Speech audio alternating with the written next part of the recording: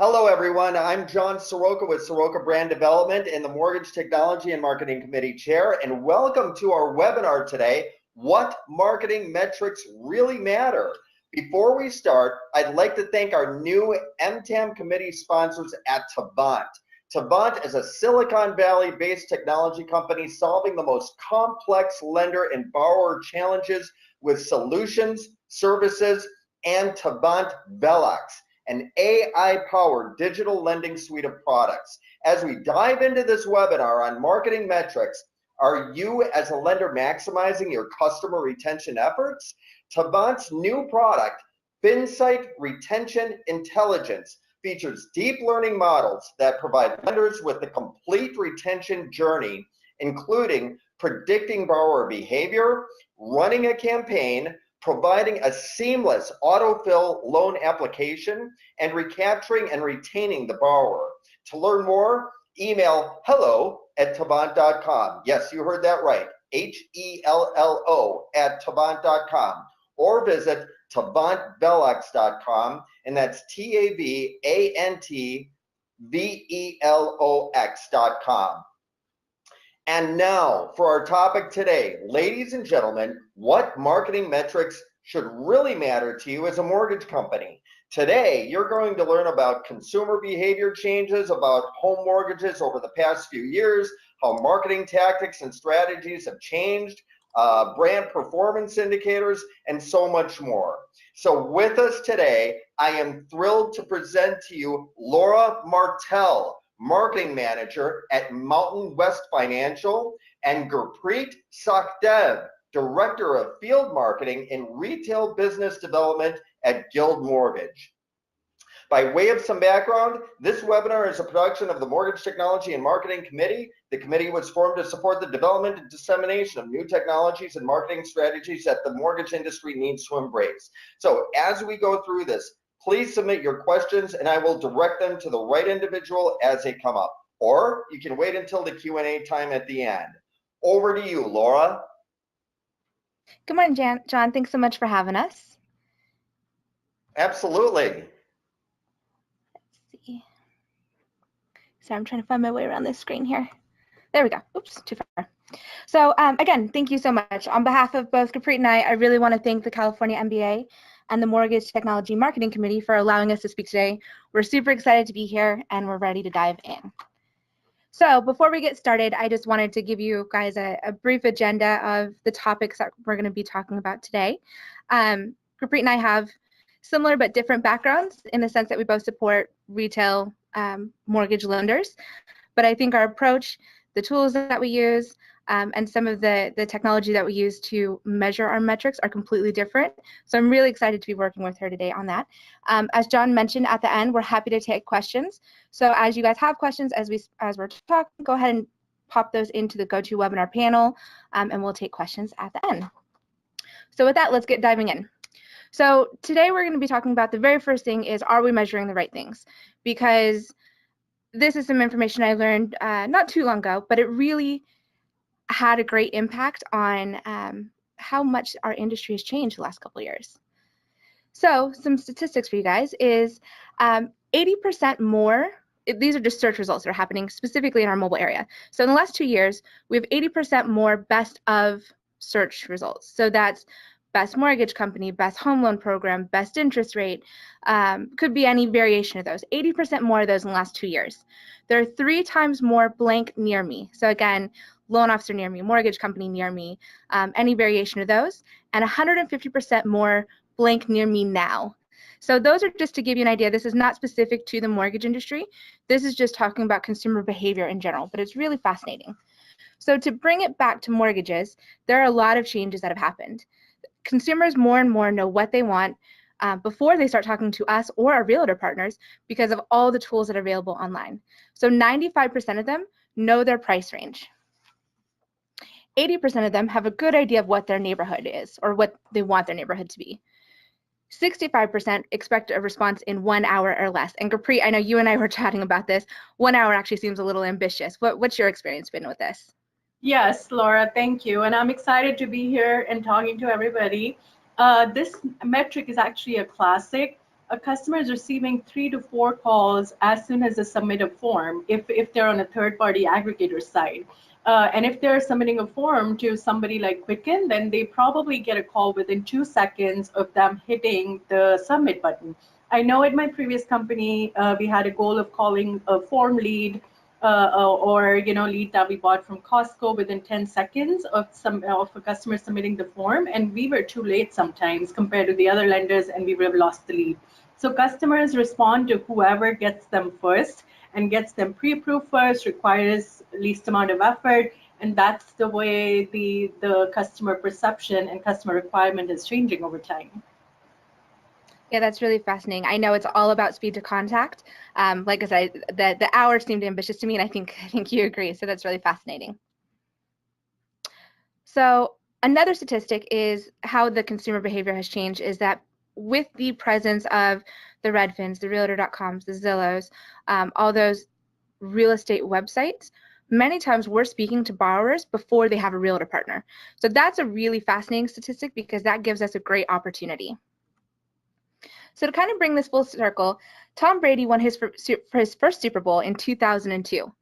Now, since then, 2002 is really not that long ago, but since then, all of these technologies have come into our lives. So these quite literally did not exist. And so again, not related to mortgages, but just to give you some framework of how our technology dynamic and our consumer behavior has changed. Gurpreet, I know you and I, again, we were talking about this, and we didn't learn about any of these type of things in school. No, we didn't, and that's funny. I hope people are not starting to guess our age, but literally, like when I went to business school, there was none of this. We've learned all of this on the job, and I'm still learning every day, and excited to see what technology gets launched each day. But yeah, I mean, it's fascinating to see all of this come in the last couple of decades. Yeah, and I know, our role then in the marketing field is to take some of these new technologies or take some of these new experiences and try them, roll them out in mortgages. We may not be an Uber, but can we bring some of Uber's technology in? So just to kind of give you some framework of how our industry has changed. Yep. So before we get too much into it, I want to sidestep just a little bit because there's one really key factor that can honestly be a webinar in and of itself that needs to be addressed when you measure your metrics, and that's to define your campaign goals. So to define your campaign goals, you need to kind of know what you're measuring, what your objectives are, and you need to keep your campaign on track and go back to them often. So really, to define your campaign goals, we need to know what we're shooting for. So whether that's to increase the quality of leads, get more leads, this is not an all-encompassing list. I'm sure everybody has a great list above and beyond this, but just to increase your conversion rates, get a higher market share, any objective that you're going to measure needs to be SMART or have the SMART principle in it, which means it's specific, measurable, achievable, realistic, and timely. Again, I'm not going to get too much into that today, but that's a key factor when we're looking at all these metrics. If you don't know what you're trying to reach or where you're trying to go with them, you're really only getting half the story. So now we're going to get into measure. So marketing metrics, and really all marketing metrics, but specifically mortgage metrics, they're both an art and a science. So there's quantitative and qualitative factors, and we're going to look at both of those. Quantitative metrics are more mathematical. They include things like website statistics, social media interactions, likes, follows, and retweets, as well as completed goals like the number of people filling out a contact form on your website. Some of the aspects we can look at and measure quantitatively are things like number of connections, number of likes on Facebook, number of followers on Twitter. Most social media platforms have enhanced, really in probably the last 2 or 3 years, their insights features to help you see which of your posts are getting the most attention, the most engagement, and even where it's coming from, organic or viral. The number of new leads on a website, conversion rates, your net promoter score, and how much time is spent interacting with your assets are all examples of these. There's a million more, but this is just to kind of give you an idea of the quantitative metrics. Qualitative, on the other side, these are things, they're a little bit harder to measure, honestly, but these are things like feelings, thoughts, opinions, prestige, or influence. They can be things like Twitter mentions and retweets, comments, shares, or likes on a post and endorsement on your LinkedIn. Your overall brand awareness is also measured this way. So you always need to balance out your qualitative data with your quantitative data, and it's wise to consider all aspects of the data before jumping to any conclusions. Some studies even show that people more often were sharing things on social media platforms without really reading them. So some would argue that the only reliable indicator of quality engagement, specifically in social media, is comments. So that kind of leads us directly into brand performance metrics. Brand awareness gives us all a better understanding of how well our brand is known amongst our potential consumers, realtor partners, and how well we're associated with maybe a specific product or service offering. Even though brand awareness is crucial into the buyer's journey, it can be undervalued in organizations because its importance is misunderstood and it's seen as notoriously difficult to measure.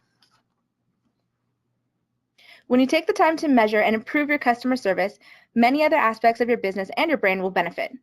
That being said, customer satisfaction can be really difficult to measure again. It's unfortunate, but I think we all probably know this, but we've learned that clients who have a good experience, they're not as likely to share their experience compared to the dissatisfied ones.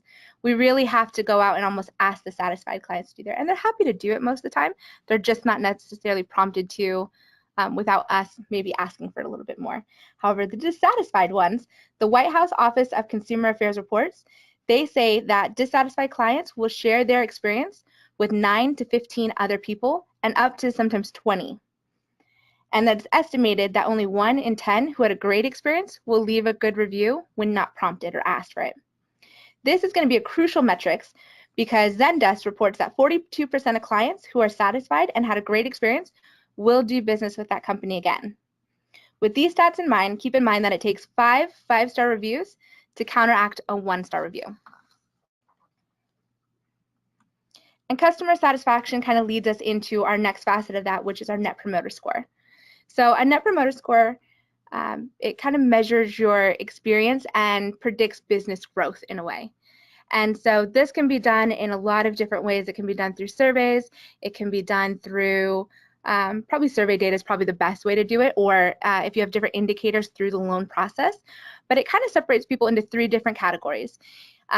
You have them kind of rate you on a score on a scale from 1 to 10, 0 to 10. If they're a 0 to 6, that's known as a detractor, and they're unhappy, and they could potentially be damaging to our brand if we're not able to kind of get in there and hopefully change their experience if we're measuring these soon enough and get them into one of these other 2 categories. The passives are 7 to 8, and they're satisfied. They're not over the moon. They're not going to be your raving fans necessarily, whereas your 9 to 10s, those are your loyal promoters. They're the ones that we really want to try and tap into to help get those 5-star reviews and help get some of those metrics up. The next thing I want to talk about is direct web traffic. And there's kind of a misconception that all web traffic is created equal, and to a degree that's true. But specifically when we're trying to measure our corporate metrics and our brand metrics, then the direct web traffic is going to tell us a different metrics, and it's going to go into our brand awareness. So direct web traffic is those that type in our company name, our company website address, or perhaps if you have a unique product or some sort of unique product offering that's exclusive to you. When somebody types those into Google or into their address bar and gets to your website directly, that's going to be direct web traffic. It's not going to include if you're doing things like pay-per-click or other keywords that are related to your business, where they're kind of getting to you in a side door instead of the front door, so to speak. That's not going to constitute direct web traffic. So a lot of times we're able to measure these using tools like Google Analytics, or Mox, I think, is another one that can actually start to help measure your consumer behavior and their direct traffic. And so that way you can actually see how many people are getting to you because they know your brand versus how many are getting to you because they got there through another means. Another way to measure brand awareness is to track how often your brand is mentioned on social media channels.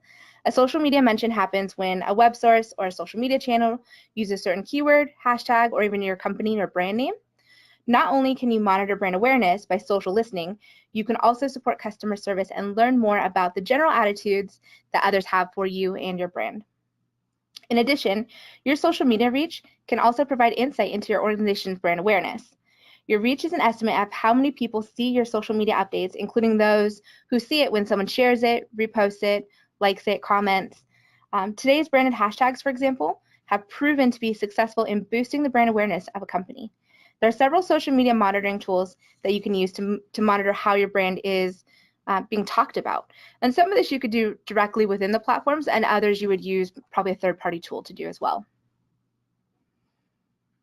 So something that's really important is connecting sales and marketing. And Gurpreet, I think you had some information on this, right?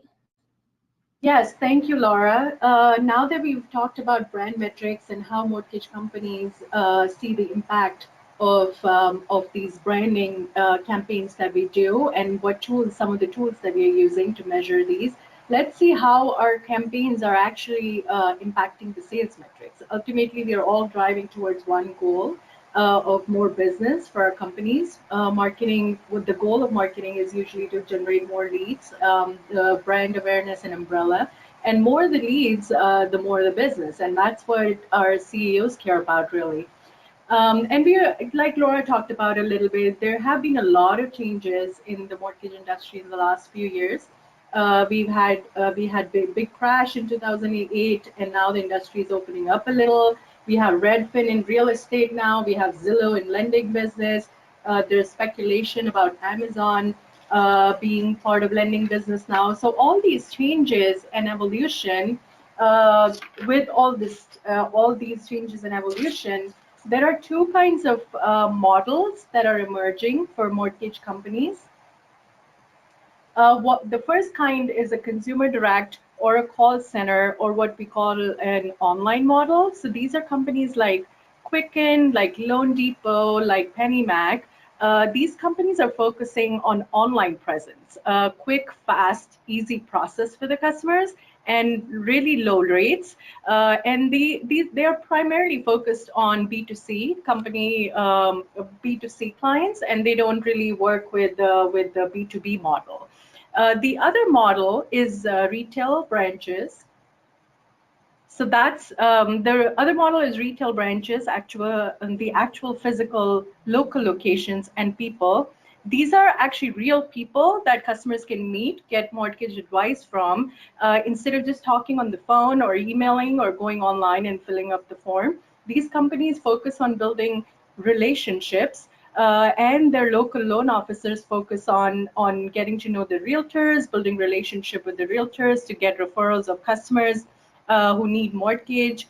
Once these loan officers have a lead, and they offer the mortgage advice to the customer, and they tell them what loan products are appropriate, and guide them through their life cycle of the financials that they have. They try to keep the customer for life. So the model of this company, which is very local, very branch oriented, very physical location or geography oriented, this is a model that actually focuses on building relationships. So the primary focus of this model is B2B. And once the lead is in, then it becomes a B2C, but their day-to-day model is marketing to realtors primarily. So let's talk about, and why is it really important to know this distinction, is because marketing channels can actually differ a little bit, based on which model of the company you're working for. And I personally have worked for both models, so I can speak from my experience a little bit about both models and the metrics. But that's why it's important to know which model are you really working for. A lot of companies are actually now merging the two models and trying to come up with at least a consumer direct division, because a lot of millennials and a lot of Gen Y, if you will, is preferring the consumer direct model. So the companies that were more local are also trying to come up with at least some division which will cater to that Gen Y and Gen Z.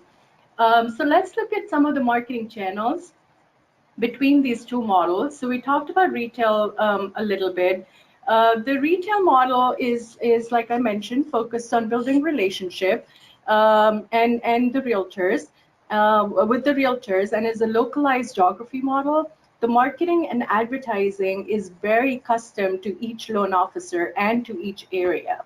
The outbound calls that are made are more to realtors than to the customers directly. There are happy hour events, there are lunch and learn events that talk to realtors about how the realtors can actually generate leads and business so that they can in turn refer more business to us. The online advantage is focused on loan officer. Online advertising is actually focused on the loan officer and is a lot more localized. There are geographic targeted postcards and flyers that these companies will mail out, but again, they are very targeted to a particular geography.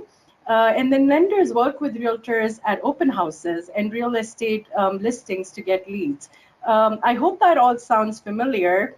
And then we have the consumer direct model that we talked about, and the solicitation of this model is a little different, and they focus more on mass advertising and a toll-free number for call to action. So there will be usually an 800 number that the calls will go to, and then they get disseminated to the loan officers. Whereas in the retail model, the loan officer is generating the lead, and a lot of advertising is actually focused on them. Their personal phone number is the contact information, call to action. They may even have their custom landing page. They may even have their custom website where people are filling out forms.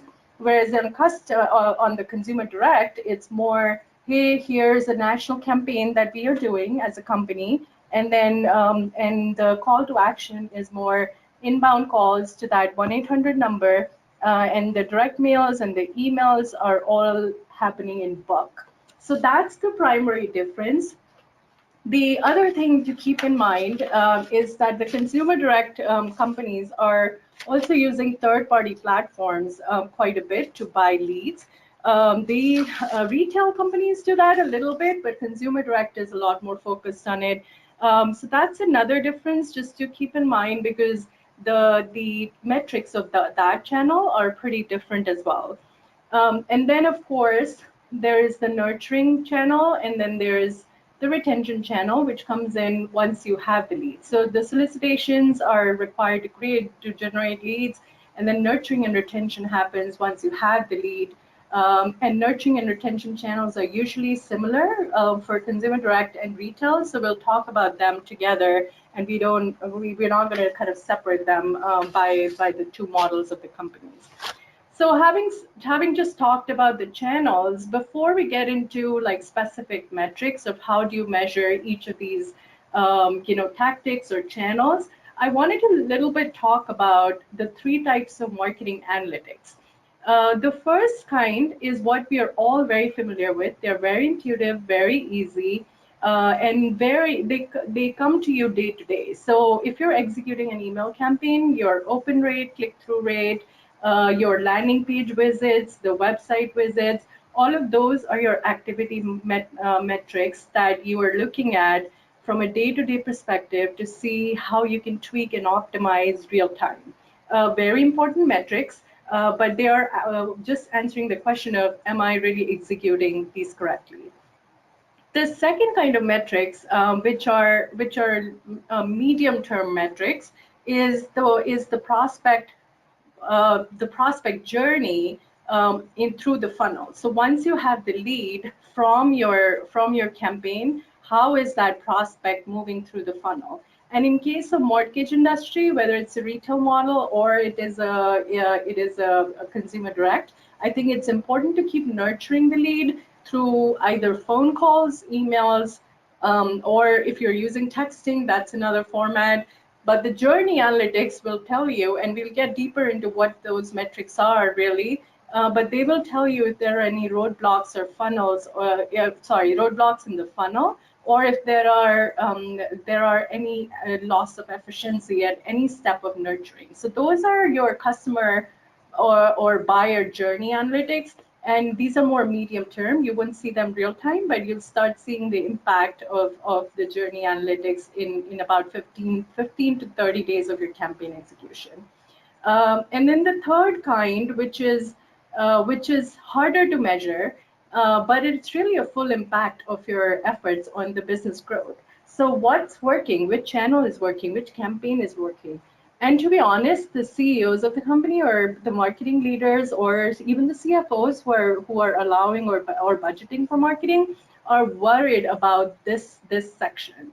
And this is a long-term one. So until your campaign is finished, especially with the purchase kind of mortgage, it can take a while to get to the full impact analytics. But it's important to the leaders. So we should always try to get to this point. And there are some things that we do, and I know personally we do in the marketing world that doesn't really give you a true ROI, but at least when we're planning, the aspiration should be, yes, we want to show the full impact of it. So those are three kinds, and then I'm going to go deeper into what are each of these metrics, what each of these analytics indicate in terms of specific metrics. But before we do that, what do you really do once you have the metrics? The thing that we can do with all these three kinds of metrics is optimize. And the optimization is not limited to just the marketing tactics. So of course you can adjust the frequency of the emails or phone calls or texting, or you can change the cadence, or you can change the content, the call scripts.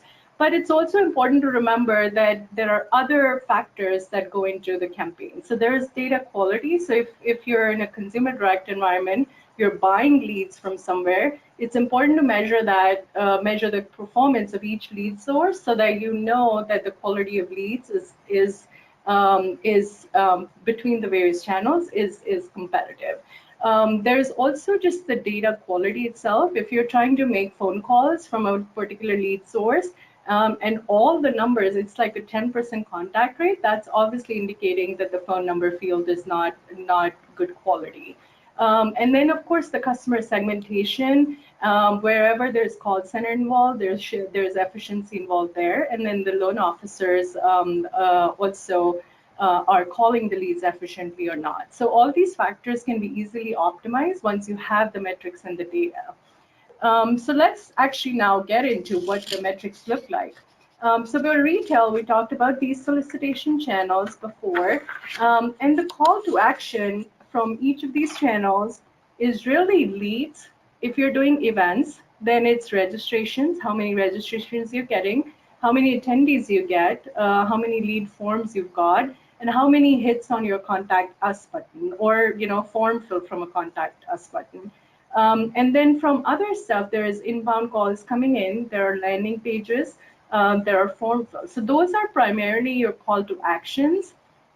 And now let's see how or which metrics by each campaign that you do and by each of these tactics, how do each of these analytics come into play.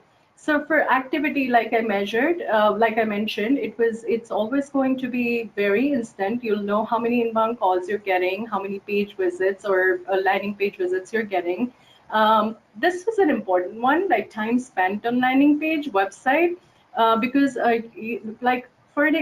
just as an example, we did a campaign recently, a social media campaign, to create just hype in the market that there's Guild Mortgage is celebrating a day.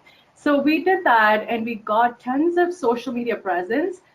We also got a lot of website views. Like I think it went up by like 200% compared to day. But how much time were people really spending there, or what did we really get in terms of ROI?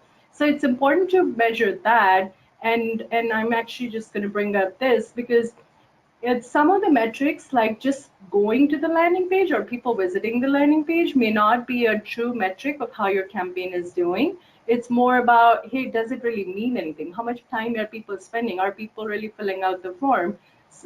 So just I would just caution against some of the vanity metrics. They're feel-good metrics. Yes, I love that people, like 3,000 people liked my social media posts, but what does that really mean? So we call them more of vanity metrics than true like something that is going to give you a perspective into how your campaign is doing. Number of event registrations, attendees, downloads, form fills, total impressions, video views, number of clicks, all of that are counted as activity because they can be optimized real time, and you can get the data on them every day or even every hour. The other thing about the journey analytics actually is interesting. So this is the retail model. Remember, we're using the retail model. So how many leads did we get? And the leads can actually come from outbound calls that you're making to the realtors. And in case of retail, a realtor is actually a lead. So if you're making 10 calls to a realtor, how many leads did you get from them? But you should also count how many calls did you make to a particular realtor, because he or she himself is a lead for you. And then how many people were you able to get in touch with? If it was a form lead, then what was the speed of your first call? How many nurturing calls did you make? What was the contact rate? How many leads did you qualify? And of the qualified leads, how many did you pre-approve? How many actually locked, and how many funded?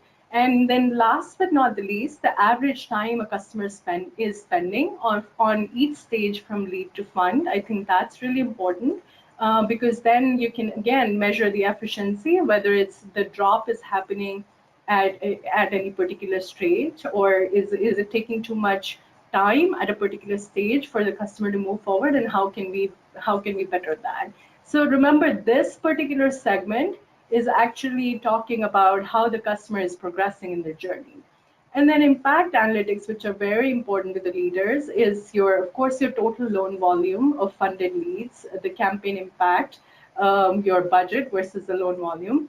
And once you get a little more sophisticated about measurement, and you're most likely using multiple tactics for each of the campaigns, at that point, it makes sense to get a data analyst and start building like channel attribution. So which channel or which touch point actually made the customer convert. So we could be making outbound calls. The customer then saw an online ad, or they had a face-to-face meeting, but at which touch point did the customer really convert? And what is that touch point, or is that touch point converting a lot more leads than the other touch points? So I think it becomes important once you have multi-touch campaign to talk about channel attribution, and that's obviously a more sophisticated way of measuring. And then, so this is what retail model looks like. The consumer direct model is pretty similar. Like we said, the channels that they're sourcing, or the lead generation channels, are a little different. But in terms of the call to actions, it's still inbound calls. How many landing page visits or form fills? How many leads are you really getting from each of these sources that you might be buying leads from? And then metrics, again, are very similar. The ones that I highlighted in yellow here are different, and I want to just talk to them a little bit. So the consumer direct channel uses a lot of email advertising as well. So there's the email open rate, click-through rate, downloads from emails. These are activity analytics because you can see them real time. For journey analytics, in the consumer direct model, there is an extra layer. So usually in this model, the customer, when they do an inbound call, it goes to a call center. So the call center might be the loan officer themselves who are taking the phone call, or it might actually be going to a call center of a bunch of people who are qualifying the leads and then transferring to the loan officer. So it's important to measure at every stage. So if the call center is taking the calls, then it's important to measure how much is the transfer to the LOs, because maybe the efficiency is getting less or impacted there. Or if the transfers are a lot and the conversion is low, then is it the loan officer not doing a good job, or is the call center not doing a good job of qualifying the lead? So that's why that extra layer of the metrics that are highlighted in terms of what is the transfer rate, or once the loan officer is talking to the customer, then what is the ratio of the conversations to total leads, and how much are they converting at each stage? And then impact analytics remain the same, because every leader just wants to see, whether it's a consumer direct model or a retail model, they want to see what is the impact of any given source, any given platform, or any given marketing campaign. One other thing to keep in mind here is that consumer direct does a lot of direct mail as well, and even though it's different than the flyers and the postcards that are with geographic restriction, as in retail, the metrics still stay the same, because you're still getting inbound calls. It's coming to an 800 number, and then you measure your journey analytics a little differently. So that's the difference between the two channels for solicitation. Nurturing, again, the same, nurturing and retention. These are the things that are usually used. These are the channels that we usually use. And the call to actions are really refer somebody or keep moving the lead forward, fill out a form or do something. And again, the metrics kind of stay the same for nurturing and retention. But it's important to make sure that you're measuring your campaign at the solicitation stage, at the nurturing stage, and at the retention stage, because the drop could be happening anywhere, and retention, especially for retail model, we want to have the customer for life, so don't miss out on retention.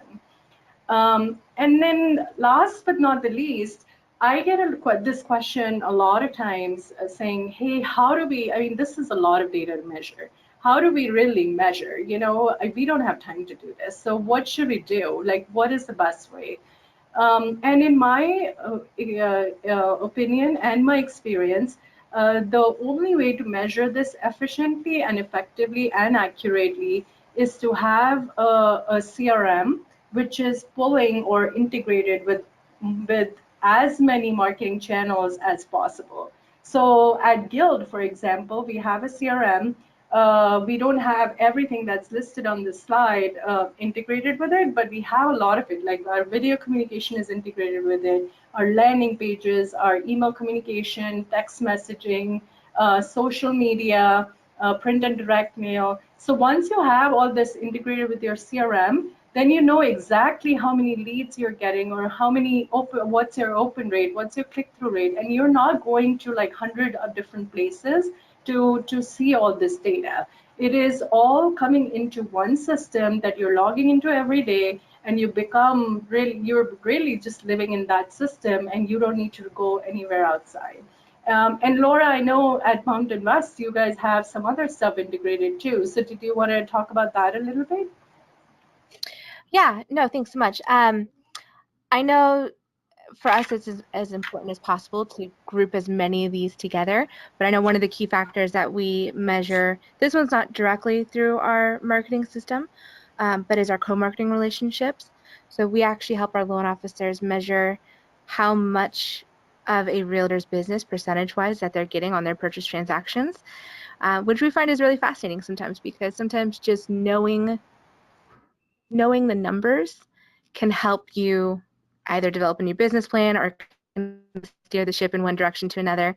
And I know a lot of the things that we talked about today, whether they're from the brand perspective, the retail perspective, the consumer direct perspective, these can all be scaled up or down to measure them on behalf of the entire organization, a branch, a region, down to the individual loan officer. And that's one of the most, I think, fascinating things about them, because the overall metrics may say something, and then as you break them down by branch or loan officer, we use those a lot to find holes possibly in our training or systems that are being underutilized, adoption rates, things like that. Yeah, that's actually a great point.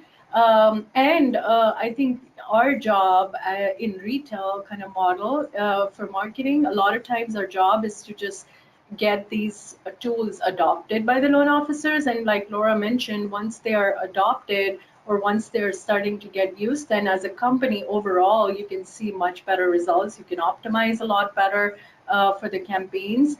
And I mean, at least for Guild, I know we measure marketing a lot on how much is the field readiness, how much is the field adoption of some of these tools, so that it benefits the company all up by saying, hey, we have all these tools, but the goal is not to have the tools. It's more for the company to be able to see the ROI of what is being invested and be able to nurture the leads properly. And like they say, no lead should be left behind, and that's what the CRM does. And a telephony system is kind of probably the hardest to integrate. But once that investment is made, then there is no stopping. I mean, all kinds of data is possible once your telephony system is integrated. Because for retail, once you have the personalized phone number, then that's where marketing loses track of how many phone calls is the loan officer really getting from a particular marketing asset that we provided to them. So telephony system, and we don't have that integrated at Guild yet, but that's the goal. But once we have that, then I think the power of measurement becomes like 100 times more. So that's where we are, and I hope this information was helpful, but I think, John, we are ready to open it up for questions. You bet. Wow, I love the depth of information you were both able to share with everybody today. Really valuable. And just so you all know, this webinar is going to be uploaded to the California MBA YouTube site.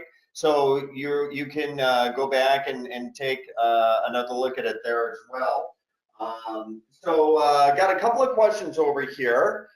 First one is for you, Laura. Laura, what tools do you use to measure engagement with your digital platform? That's a great question.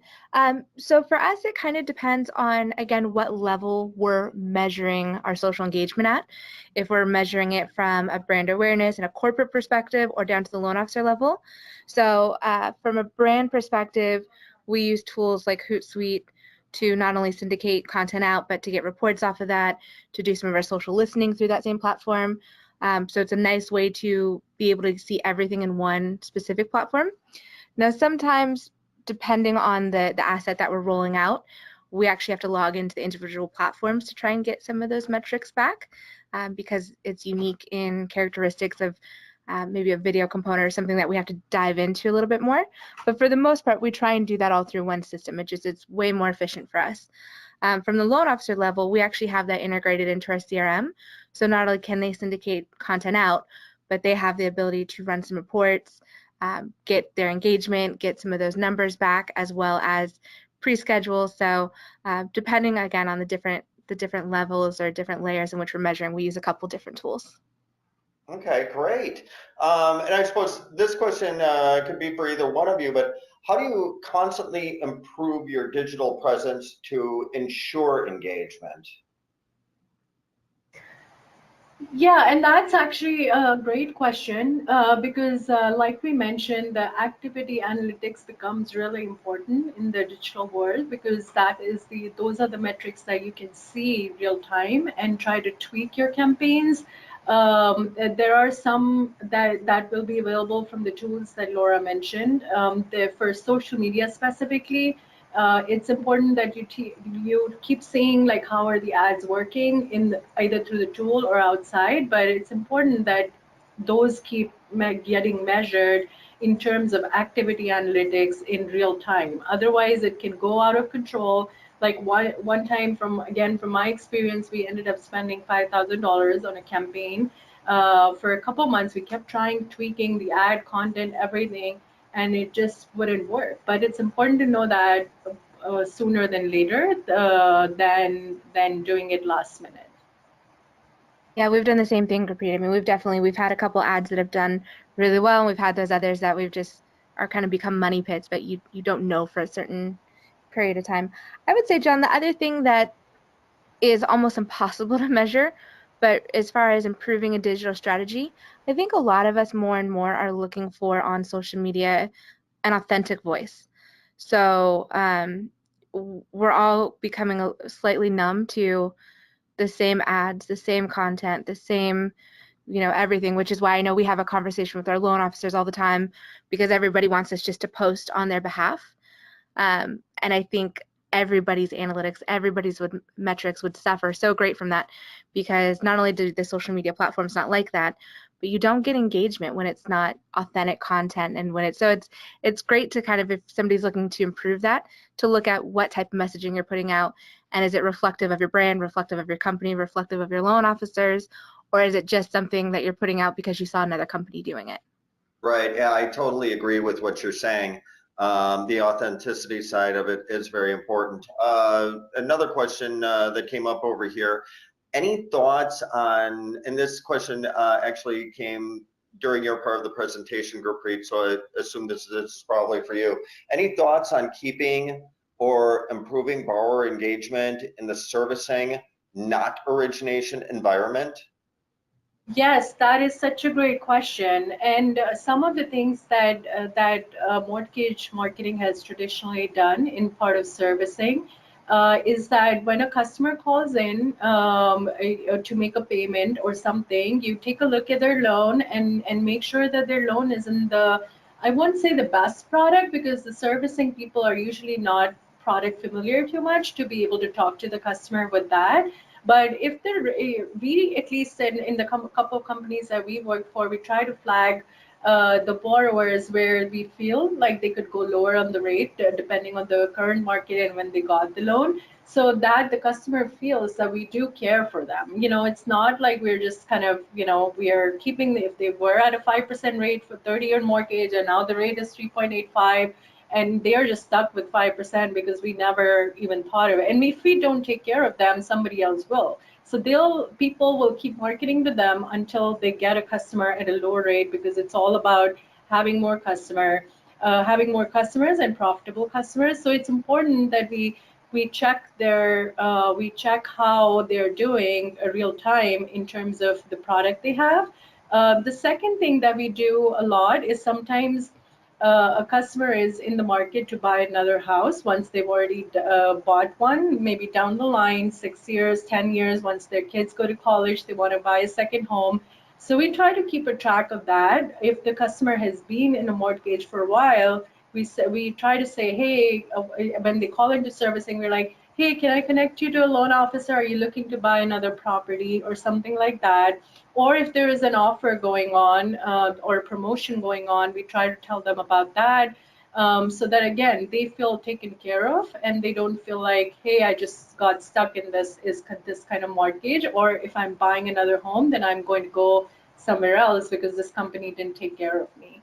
And then we also use some of these tactics at the time when customer logs in. If the customer is online friendly and they log in to make their payment, we try to show them their portfolio, what is their current rate, what is their could be rate. We try to flag them online so that they see a message when they're logging in to say, hey, give us a call. Looks like your rate could be lower or something like that. And again, the idea is to just make sure whatever channel the customer is using, whatever whatever touch points the customer is using, they are feeling that the company cares for them. So online statement inserts that they see in their paper statements, or if they're giving us a call, we use all three channels to talk to them and keep them engaged. Really great point. Yeah, if you don't keep an eye on your customers, somebody else will, right? Yes. John, can I jump in a little bit on that as well? Go for it. Yeah, so I know another kind of key metrics that we look at is we start looking at in the case of we're servicing a loan, we start looking at statistically the likelihood of a certain product type maybe paying off sooner, or borrower attributes that say, you know, based off the data that we have and the loans that we have and their performance, our 5-year mark, our 3-year mark, our 2-year mark is where we're going to be vulnerable. So we do something similar to where Gurpreet does, where it's market conditions may also prompt some of that information going out, but we look kind of just at the history of our own servicing portfolio as well, and try and come up with some data that way to engage them possibly before they're looking to make those moves. And the other thing that we do is we try and get our loan officers reinvested with those borrowers as much as possible, because that's where the relationship was. Specifically, our model is primarily retail, you know, boots on the ground, kind of what Gurpreet was talking about with the physical locations and the relationship driven. So we try and, if there's a market condition, get lists out to our loan officers to have them start calling some of their borrowers and try and do a little bit of defense, so to speak, on some of those. Because like Gurpreet mentioned, I mean, if you're not marketing to your client, somebody else is. So we're able to then resell our relationships and a couple programs that we have to try and then retain those as well. Yeah, great points, Laura. Absolutely, good stuff. Another question came in over here. What is, and this can be for both of you actually, what is the percentage of outgoing marketing that's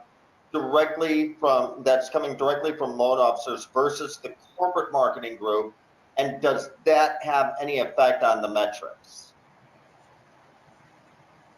Laura, do you want to take that and I can add? Yeah, certainly. Yeah, so that's another great question. I think every company is going to be slightly different on that. because for us, it's going to be what our objectives are for that particular campaign.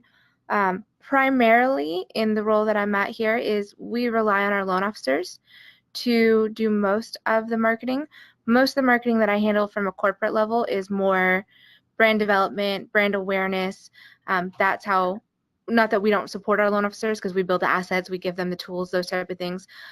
We help syndicate as much of it out for them as possible, but we really try and personally brand it for our loan officers. We build on that local person, the person that you can meet at Starbucks, the person that you can walk into their office, and that's kind of our spin on it. So I'm sure they do alter the metrics. I just know how we're rolling them out today. We're not really doing a lot of mass marketing from the corporate level other than brand awareness. And just to add to that, I think I would agree that it depends or varies by each company. So the company that I worked prior at before Guild, there was a lot more corporate investment, if you will, and it was also because the model was marketing generated leads, whereas at Guild the model is sales generated leads. So depending on which model are you at, it will vary on how much is a corporate marketing investment versus how much is a retail marketing investment or the loan officer marketing investment, if you will. And to answer the second question, I think it does impact the metrics a lot. Because if the corporate is marketing, and then you have to think about distribution of leads, and the funnel becomes like, hey, marketing spent this much, but there were all these layers in the nurture model, which marketing had to take care of or try to optimize, which were really not in marketing's control. Whereas with the sales generated leads, the loan officers are generating leads themselves, and they really take care of them because they paid for those leads. So I think it depends on the model and a little bit on the company on how much you invest. How much is the loan officer investing versus how much is the company really investing, and the metrics can get impacted. I don't think the metrics, what we are measuring, changes. I think the performance of the metrics or the campaigns can differ. Great. Well, thank you very much for that, Gurpreet. Any other questions? Okay, I don't see any additional questions coming in, but if you have any, feel free to get in touch with any one of us, and we will get right back to you. So I'd like to thank you, everybody, for joining us today. And we want to make sure that we do our best to deliver quality content. So I have a favor to ask of all of you. You'll be receiving a survey within about an hour. If you could please take the time to fill that out to let us know what you thought of today's webinar, we'd really appreciate it. Also, if you have anything you would like to learn about in future webinars, please let us know that as well. Thanks again, everybody, and have a great day.